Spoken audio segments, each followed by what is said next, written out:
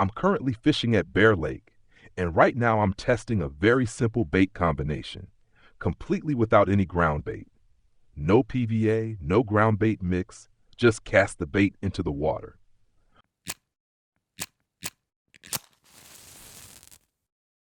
For this being a very basic setup and using only one type of bait, I'm getting an incredibly good bite rate here. I've been testing this for almost 1 hour now. It looks really good.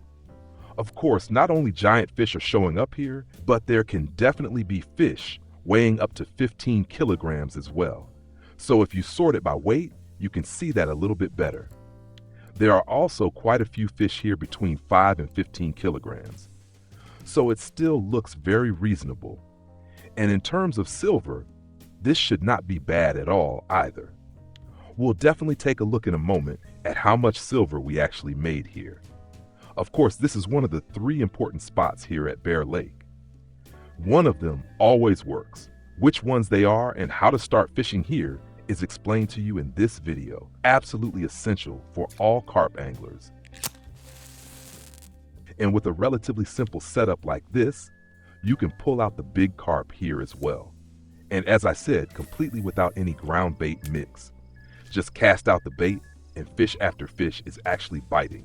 Now, of course, we are currently in the evening hours again, so it is quite possible that fewer fish will bite during the night, simply because that's how it usually is. At night, you generally have a slightly lower bite rate, and accordingly, you just have to bridge the night somehow.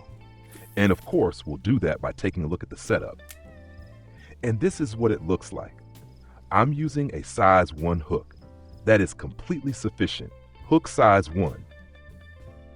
You could even go smaller if you want even more bite frequency. So if you want to gain percentages in bottom fishing to level up faster, you could simply switch to a size 4 hook, and naturally you will get a lot more fish.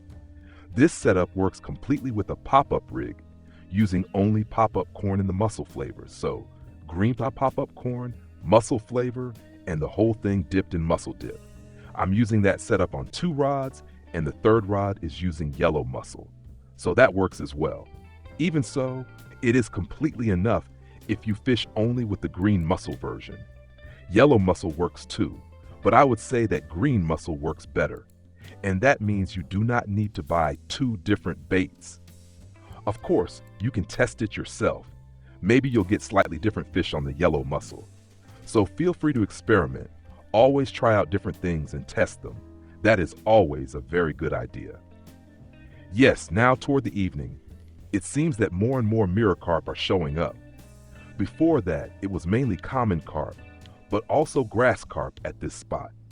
A relaxed cast, as always here at this location, at 17 meters.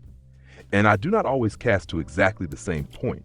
Instead, I vary a little bit within those 17 meters across the width. So I fan the casts out slightly and target different areas. Since I'm not using any ground bait anyway, we do not need to cast to one exact spot. We can spread things out a little and simply experiment. At this location, barbel are also caught regularly. If you want to specifically target barbel here, then you should definitely use ground bait for barbel fishing, at least the basic barbel ground bait. If you cannot produce that ground bait yet, then it is not really worth targeting barbel specifically.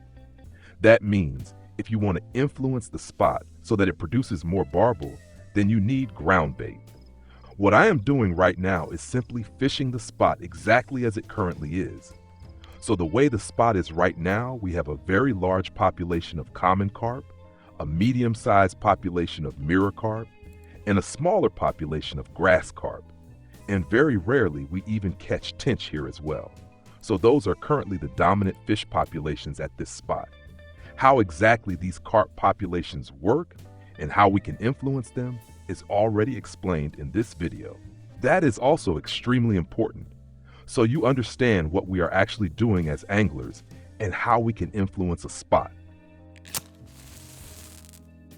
That means if we now throw in ground bait for barbel, it is quite possible that one of the populations shown here will decrease significantly, or maybe even 2 populations will decrease. We might then catch considerably fewer mirror carp and common carp, And in return, there will be more room at the spot for barbel. That is exactly the effect of ground bait. With ground bait, we can influence the spot the way we want and therefore catch more of our target fish. But of course, the bait must also match the target fish, and then it usually works very well. A classic position down here at 55.31. However, you can also stand over here and cast toward the lily pads, for example. That also works very well again and again. Or you can simply move even farther over and cast into this area. So all of that is absolutely possible. It often works very well if you spread things out a little and add some variation. Even so, ideally you should stay set to 17 meters. That is extremely important because at 17 meters we have the right bottom composition for our setup. That is absolutely essential. This is already explained in the basic carp tutorial, and it is also explained again in this spot analysis video, how to analyze the bottom and how to adjust our setup accordingly. So 17 meters at this spot means that we have clay as the bottom type, and accordingly we use a sinker in the color clay as well as clay colored Leadcore and the leader so that we achieve the best possible camouflage effect. All of these components, the correct bottom, the correct sinker, the correct bait, the correct hooks, the correct ground bait mix, all of these components increase the probability of catching fish at a spot. If you do not pay attention to all of these components, then you automatically have a lower chance of catching fish.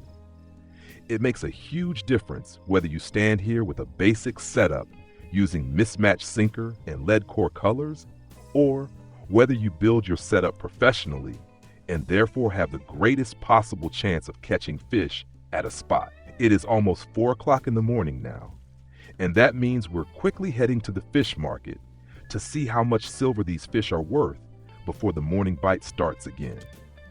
And I will also test right away whether I can influence this spot a little with barbel to see whether barbel can also be caught here. However, it is often the case that after 1 to 1.5 hours, a spot is eventually fished out. Then it usually takes about 2 hours until the spot starts working again.